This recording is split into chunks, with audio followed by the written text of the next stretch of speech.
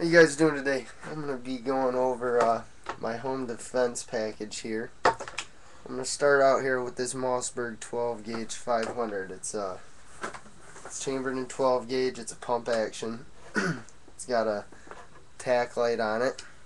Pistol grip retractable stock. This is very accommodating if you're a taller person, have a long reach, or even if you're a short person. You know, you want that snug up close feel for your stock. This light here, this is a very cool light actually. I got this for about $30 at Dunham's. It's got 4 different settings on it. It's got the light, it's got laser, it's got light with the laser, and it's got a strobe. The cool thing about this light is you can remove this backing and run a cord with a it's kind of like a pressure pad type deal on it. Put it right here on the pistol grip, and as you grab the pistol, you set it for whatever setting you want it on, and then hit the pistol grip pad on here, and the light will come on, so you don't have to reach up and click it in the middle of the night if someone's in your house. It's very accommodating actually. It's very convenient. I like this shotgun a lot. The only downside to this particular shotgun versus other shotguns of the same model is that when I got it from the store, the spring in the mag tube in here kind of came up and twisted around itself, so I can only get 2 rounds in there, plus that plug is still in the mag tube, and that's the only thing you can't remove. It's a press fit, so you have to go to a gunsmith and get that taken care of. Other than that, I found that while using 2 3/4 inch shells, which I'll show you what rounds I use for this. I'm using the Super X Winchester 12 gauge rifled slugs, high brass, high velocity, 1300 feet per second, 1 ounce slugs. This thing kicks like a mule. I'm only 130 pounds and it kicks me around pretty good, but I'm not a bitch, so I'm not complaining about it. The only downside about those rounds is that when you're pointed downward and you rack, sometimes the shell kind of drops back down, and as you bring it back forward, it'll get stuck. Not a big problem at all. Simple fix. Just level the shotgun out, kind of pop it back and throw the pump forward, and you're good to go. Next thing I'm going to show you here is a 40 caliber Smith & Wesson Sigma SW40 VE. Rather cheap pistol, very similar to a Glock. I'm sure a lot of you Glock enthusiasts, Smith & Wesson enthusiasts out there know about the whole lawsuit deal with Glock and Smith & Wesson due to their Smith & Wesson's pistol design. This is basically a replica of a Glock 22. It's not a full-sized pistol, but it's not a compact pistol either. It's a little smaller than the standard Glock 22 40 caliber, but a little bigger than the compact, so it's like right in the middle. So it's got a good feel. It's a good size for your hand. One thing, I'm gonna do a safety check right here. Barrel's clear.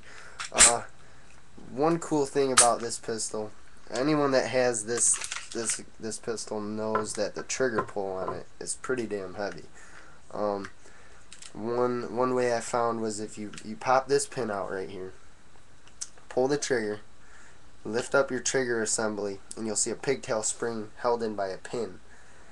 And all you have to do is pop that pin out, take the pigtail spring out, put the pin back in, drop the trigger assembly back inside the polymer frame, and that'll take off a good, I don't know, 4 or 5 pounds off your trigger pull, which makes for a lot smoother trigger pull. And it's actually it's a lot easier to shoot. You don't have that strenuous pull like a heavy revolver trigger type deal. I have 3 mags for it. My personal protection mag, I keep all hollow points. The other 2 mags are just slugs.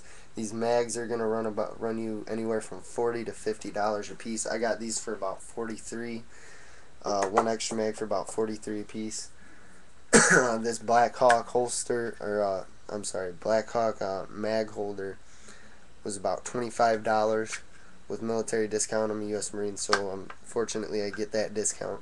The Phobos holster is about $30. The only thing I don't like about it is the forward tilt, because sometimes I like to open carry with the pistol right on my hip, and with that tilt forward, you kind of gotta, tilt your wrist forward. It's not as accommodating for your wrist, that angle, but it is good for like to have just over your just behind your hip, just at an angle, probably like a 4 o'clock position on your waist.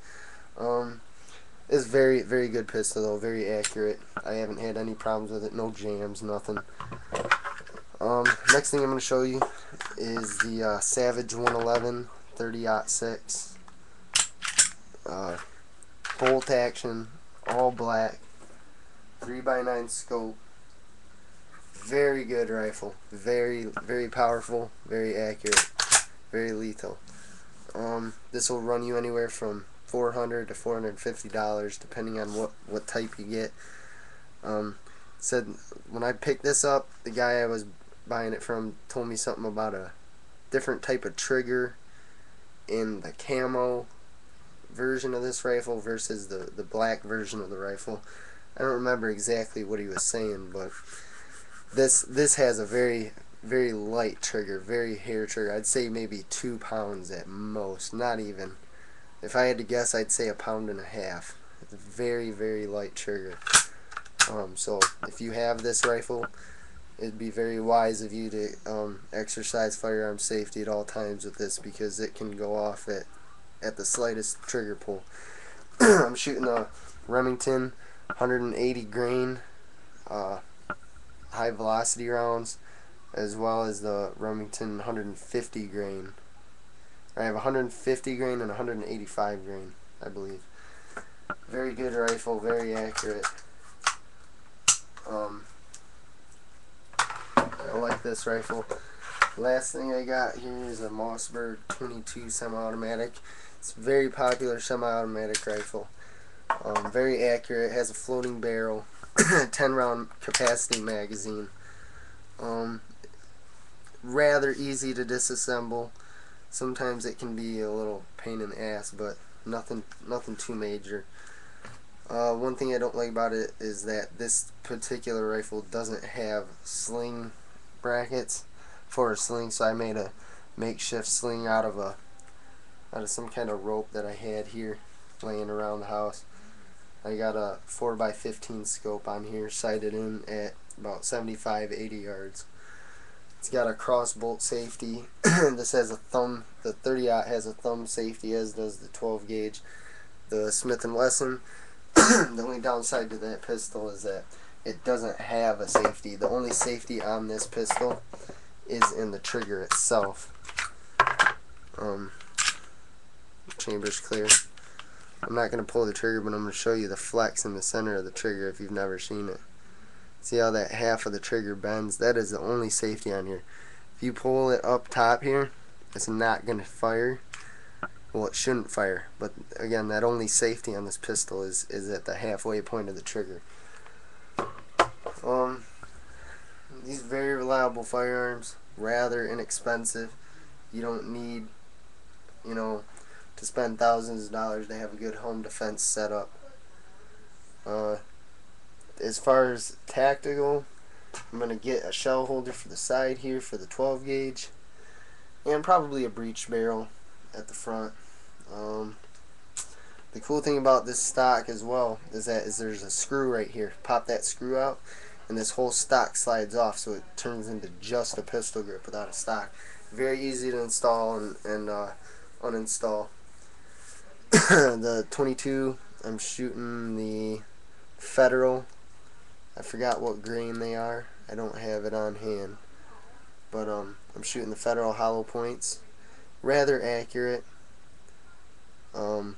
I've shot probably 1,000 rounds through this Mossberg 22 and have had 1 jam out of 1,000 rounds, which is, if you ask me, not too bad.